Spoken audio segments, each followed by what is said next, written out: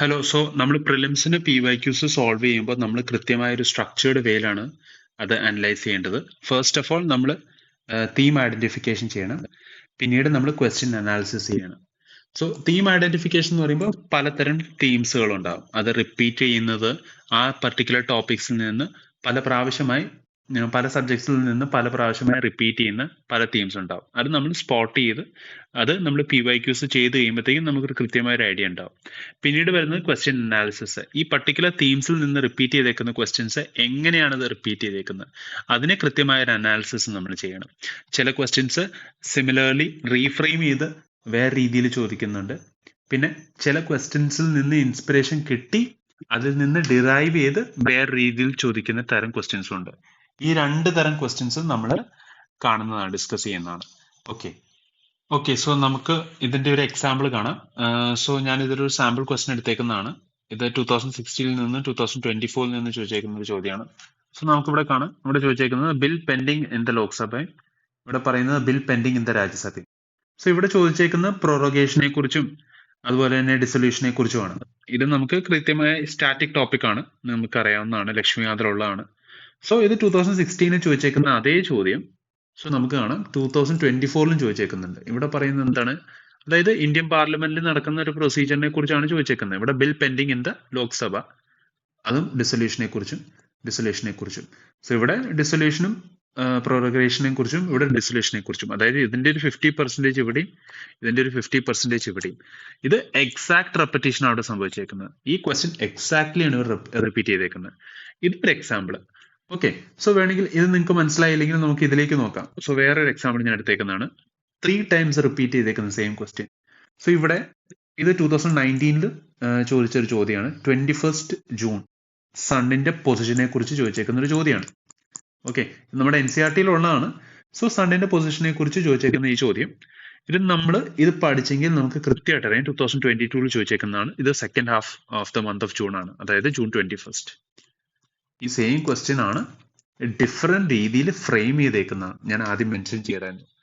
അതുപോലെ തന്നെ 2024 ഡേ അതുപോലെ തന്നെ ഡേ പിന്നെയും റിപ്പീറ്റഡ് അതേ സെയിം കാര്യം വേറെ രീതിയിൽ വേറൊരു പാർട്ടിനെ പോയിന്റ് ഔട്ട് ചെയ്ത് ചോദിച്ചേക്കുന്നതാണ്. സോ ഇത് കൃത്യമായി പഠിച്ചിരുന്നെങ്കിൽ നമുക്കത് കൃത്യമായി സോൾവ് ചെയ്യാം. സോ ഇവിടെ എല്ലാ 2 മാർക്സിനും ഇമ്പോർട്ടൻസ് ഉണ്ട്. സോ ഇതാണ് ഞാൻ പറയുന്നത്, തീം ഐഡന്റിഫിക്കേഷൻ. കൃത്യമായി നമുക്ക് തീം ഐഡന്റിഫൈ ചെയ്യാൻ പറ്റുവാണെങ്കിൽ നമുക്ക് ഒരുപാട് മാർക്ക് അവിടെ കൃത്യമായി സ്കോർ ചെയ്യാൻ പറ്റും. ഓക്കെ. സോ നമുക്ക് വേറെ തരം ഒരു ക്വസ്റ്റ്യൻ കാണാം. സോ ഇവിടെ കാണാൻ പറ്റുന്നത് 2023-ലും 2024-ലും ചോദിച്ചേക്കുന്ന ഒരു ചോദ്യമാണ്. ഇപ്പോൾ ഇവിടെ കാണാം, നമുക്ക് കോങ്കോ ബേസിനെ കുറിച്ച് 2023 ചോദിച്ചു. Which of the following is A part of the Congo basin. So ഇത് ജോഗ്രഫി പരമായിട്ടുള്ള ഒരു ചോദ്യമാണ്. ജോഗ്രഫി കൃത്യമായിട്ട് നമ്മളിത് മാപ്പിംഗ് പഠിക്കുവാണെങ്കിൽ നമുക്കിത് കൃത്യമായിട്ട് അറിയാം. ആഫ്രിക്ക വളരെ ഇമ്പോർട്ടൻ്റ് ആയിട്ടുള്ള ഒരു തീമാണ് ആഫ്രിക്ക. സോ ഇത് നമ്മൾ കൃത്യമായിട്ട് അറിയാം. സോ അത് ഒരു വേറെ രീതിയിൽ ചോദിച്ചതാണ് 2024. അതായത് 2023 ചോദിച്ച കോങ്കോ ബേസിനെ കുറിച്ച് അത്യാവശ്യം നമ്മൾ റീസെർച്ച് ചെയ്യുവാണെങ്കിൽ നമുക്ക് ഈ കാര്യം ഇവിടെ സോൾവ് ചെയ്യാൻ പറ്റും. അതായത് 2024 ചോദിച്ച, അതായത് കൺസെക്യൂട്ടീവ് ഇയറിൽ ചോദിച്ചേക്കുന്ന അതേ ചോദ്യമാണ്. അപ്പോൾ ഇതിനെക്കുറിച്ച് കൃത്യമായി നമ്മൾ റീസെർച്ച് ചെയ്തായിരുന്നെങ്കിൽ ഈ ക്വസ്റ്റ്യൻ കൃത്യമായി നമുക്ക് ചെയ്യാൻ പറ്റുമായിരുന്നു. സോ അതിന്റെ ഒരു ഡിസ്ക്രിപ്ഷൻ ആണ് ഇവിടെ കൊടുത്തേക്കുന്നത്. ഓക്കെ. സോ ഇതൊരു വേറെ തരം ക്വസ്റ്റ്യൻ ആണ്, അതായത് നമ്മുടെ ഒരു ക്യൂരിയോസിറ്റിനെ ഡെവലപ്പ് ചെയ്യുന്നതാണ്. അതായത് ഇതുപോലെ പല എക്സാമ്പിൾസും ഉണ്ട്. അവർ 2019 ഇതുപോലെ ഒരു ചോദ്യം ചോദിച്ചിട്ട് 2020 അവർ റിപ്പീറ്റ് ചെയ്തു. അപ്പൊ ഇത് സ്ഥിരമായി ഫോളോ ചെയ്യുന്ന ഒരു പാറ്റേൺ ആണ്. അപ്പൊ അവർ കുറച്ച് ഹിന്റുകൾ തരും, നമ്മൾ കൃത്യമായി ഫോളോ ചെയ്ത് കഴിഞ്ഞാൽ നമുക്കിത് ഈസിലി ഇവിടെയും മാർക്ക് സ്കോർ ചെയ്യാൻ പറ്റുന്നതാണ്. ഇനി നമ്മൾ മുന്നോട്ട് പോവുകയാണെങ്കിൽ നമുക്ക് കാണാം 2022 വേറൊരു എക്സാമ്പിൾ ഞാൻ കാണിച്ചു തരാം. സോ നിങ്ങൾക്ക് കാണാം 2022 അതായത് നമ്മുടെ റിറ്റുകളെ കുറിച്ച് ചോദിച്ചിട്ടുണ്ട്, അതായത് റിറ്റ്സ്. സോ അനദർ ഇമ്പോർട്ടൻറ്റ് തീമാണ്. സോ റിറ്റ്സിനെ കുറിച്ച് ചോദിച്ചു. ഇവിടെ ചോദിച്ചേക്കുന്നത് മാൻഡമസ് ആണ്. മാൻഡമസും ചോദിച്ചിട്ടുണ്ട്, കോവ വാറണ്ടും ചോദിച്ചിട്ടുണ്ട്. ഓക്കെ. സോ ഇതിൽ നിന്ന് എന്ത് മനസ്സിലാക്കാൻ നമുക്ക്, അതായത് റിറ്റുകളെല്ലാം ഇമ്പോർട്ടന്റ് ആണ്. അപ്പോൾ മാൻഡമസ് കോവ വാറണ്ട് ചോദിക്കുകയാണെങ്കിൽ അവർക്ക് ബാക്കി എല്ലാ റിറ്റുകളും ചോദിക്കാം. സോ നോക്കിക്കേ, 2024 അവർ ചോദിച്ചേക്കുന്നത് റിട്ട് ഓഫ് പ്രൊഹിബിഷൻ. അതിന്റെ ബാക്കിയാണ് അവർ ചോദിച്ചേക്കുന്നത്. അപ്പോൾ അഗെയിൻ ഞാൻ പറഞ്ഞില്ലേ, നമ്മൾക്ക് കൃത്യമായ ഒരു ടോപ്പിക് തരും, ആ ടോപ്പിക്കിൽ നിന്ന് അത് ഇമ്പോർട്ടന്റ് എന്നാണ് ചൂണ്ടിക്കാണിക്കും. അത് നമ്മൾ കൃത്യമായി വൃത്തിയായി പഠിച്ചു കഴിഞ്ഞാൽ നമുക്ക് അതിന്റെ ഒരു സബ്സിക്വന്റ് ഇയറിൽ നമുക്ക് ചിലപ്പോൾ അതിന്റെ ഒരു ബെനിഫിറ്റ് നമുക്കത് റീപ്പ് ചെയ്തെടുക്കാൻ പറ്റും. സോ അതാണ് ഇവിടെ നമുക്ക് കാണുന്നത്. സോ ഫോർ എക്സാമ്പിൾ ഇവിടെ റിറ്റ് ഓഫ് മാൻഡലിസും റിറ്റ് ഓഫ് കോവാറന്റും പഠിച്ചെങ്കിൽ കൃത്യമായ റിറ്റ് ഓഫ് പ്രൊവിഷനും നമുക്ക് സോൾവ് ചെയ്യാൻ പറ്റുന്നതാണ്.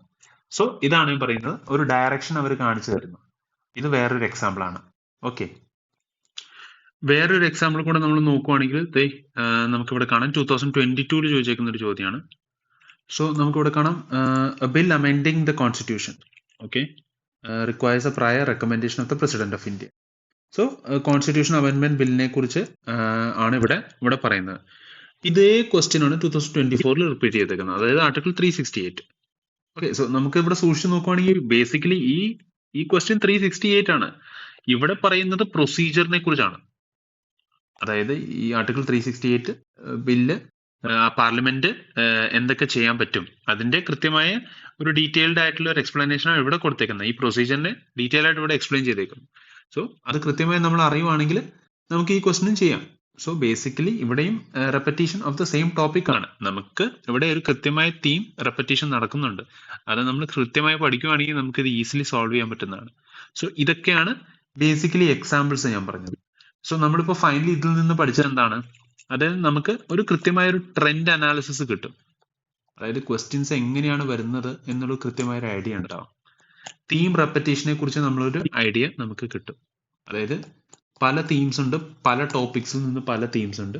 ഇത് നമ്മൾ കൃത്യമായി സ്പോട്ട് ചെയ്ത് പഠിച്ചു കഴിഞ്ഞു കഴിഞ്ഞാൽ നമുക്ക് ചിലപ്പോൾ പ്രെഡിക്റ്റ് ചെയ്യാനും പറ്റും ഏതൊക്കെ ഭാഗങ്ങളാണ് കൃത്യമായി കൂടുതൽ റിവൈസ് ചെയ്യേണ്ടതും പഠിക്കേണ്ടതെന്നും നമുക്ക് മനസ്സിലാവും.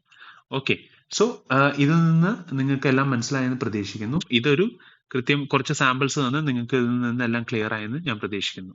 ഓക്കെ.